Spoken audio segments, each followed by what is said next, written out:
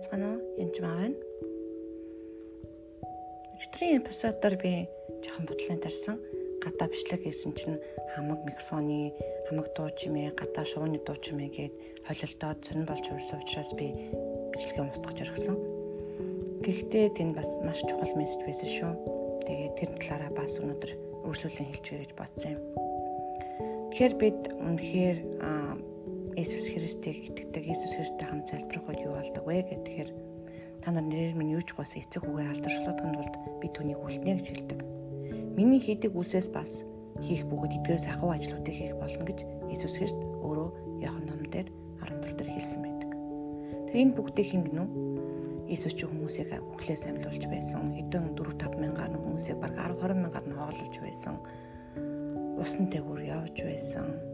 За тэгэл олон өвчнийг эдгэж олон чөтгөрийг хөөн зайлуулж бас хүмүүсийг сургаж багшаалж менторлож түн хийгээгүй байхгүй дээрс нь цоор ямар ч гэм зөнгөө байсан шүү дээ. Тэгээ бид нартай хамт ажилладаг, бид нартай хамт ирдэг, залбирлын үед хамт үлддэг гэж хэлсэн. Тэгээд хүмүүс асуудаг. Христээ дээр баруун талд байгаа. Бид нар тарай ариун сүнс байгаа. Ариун сүнстэй ажилд юм уу? Бид хаана юу хийгээ байж дээ бэ? Эсвэл бид дээр байгаа мó, доор байгаа мó гэх мэтлэн олон хүмүүсийг асуудаг.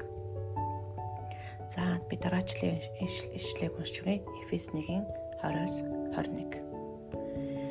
Тэр Христ дотор энэ л хүчээр нөлөөж түүнийг үхсдээ самлуулаад Тэнгэрлэг оршихуйд баруун гартаа заалж бүх засаглал, эрх мэдэл, хүч, ноёрхол, түнжлэн энэ үедэдэг үерх үед нэрлэгдэх альваар нэрээс дээгүр болгожээ. Бурхан түүний нэрийг альваар нэрээс дээгүр болгосон. Христээр амьлуулсан дараа дахин үнэхээр үхээд дахин амьсан дараа Эфес 2:5-6 дахиж уншиж өгье. Алдаа зурчил дотроо үгсэн биднийг Христтэй хамт амьд болгосон юм. Алдаа зурчил дотроо үгсэн биднийг бид үнэхээр гимнүүл дотроо үгсэн боловч Христтэй хамт амьд болгосон. Та нар нэгүслэр аврагдсан билээ. Иесус дотор бидний түүгээр амьлуулж түүнтэй хамт Тэнгэрлэг оршихуйд суулгасан. Яг үнэндээ энэ залбирал хийх үедээ хаана байгаа бэ гэхээр бид нар Иесустэй хамт Тэнгэрлэг оршихуйд Бурхны баруун гарталд сууж байгаа. Энийг мэдхэд ойлгодог болоход хэцүү шүү. Би бол мэддэг. Гэхдээ энийг ойлгох гэдэг амаргүй бараг ойлгож чадахгүй хаа. Лог ухаанаар бодвол дээр тэнгэрт сүнс нь байгаа мó? Би сүнсгүй өгөх юм уу ч гэдэг юм уу? Хүмүүс бодох юм бол сонин ойлголтуудыг бодож болно. Гэтэ нэг юм ойлгох хэрэгтэй. Сүнсэн бийж гэх юм уу? Сүнс нь байгаа мó? Хаана юу нь байгааг би хэлж мэдэхгүй. Ганцхан би юмд итгэдэг. Ягдвал би түүнтэй хамт үхсдээс дахин амьдуулаад түүнтэй хамт Бурхны баруун гарталд сууж байгаа. Иесус Христтэй хамт сууж байгаа шүү.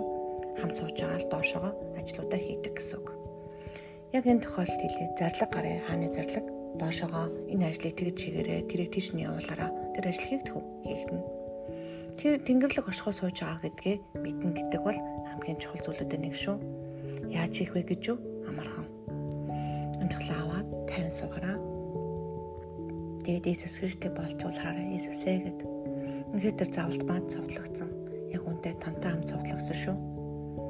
Надад дахин амьлна, өгсөн хүн л дахин амьлна. Үгүй хүнийг дахин амьлуулах хэрэг байна уу?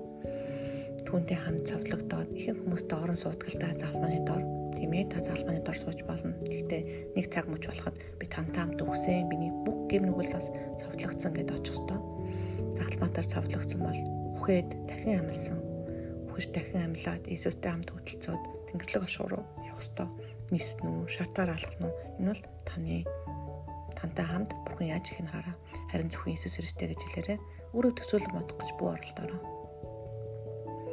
Эндээ бүх зүйл болно. Та харахгүй мэдэхгүй байсан ч гэсэн амьсгалжин хөнгөн сайхан 50 байгаа бол хамт явж гинэ л гэсэн үг. Тэгээд Тэнгэрлэг оршихуйд очиод түүнтэй хамт эзний баруун гартал сууж байгаа. Ийм амархан. Та хэрэг төсөөлж харж чадахгүй, Иесус Христийг харж чадахгүй, юу ч харахгүй, хав харанхуй байна гэж бодож байгаа бол хүүхэд насны шархуудаа эдгээд цэвэрлэх ёстой гэсэн үг. Хүүхэд насны шархууд эдгээд цэвэрлэгдэх үед таны яг Тэнгэрлэг оршихуйд хамт очихыг харах үзэгдэл үзэх чинь сайн болдог шүү. Бүх хүн төсөөлөн бодох чадвартай шүү. Төсөөлж юусаа харж чадахгүй байгаа бол тань шарах байна л гэсэн үг.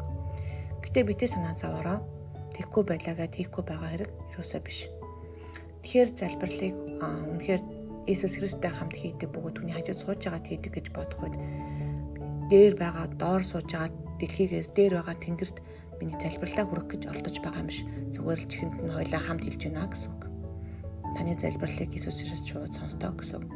Сонсгоор барахгүй хамт хийдэг гэсэн үг шүү. Тэгэхээр эрх мэдлээ мэдэх явдал үнэхээр чухал.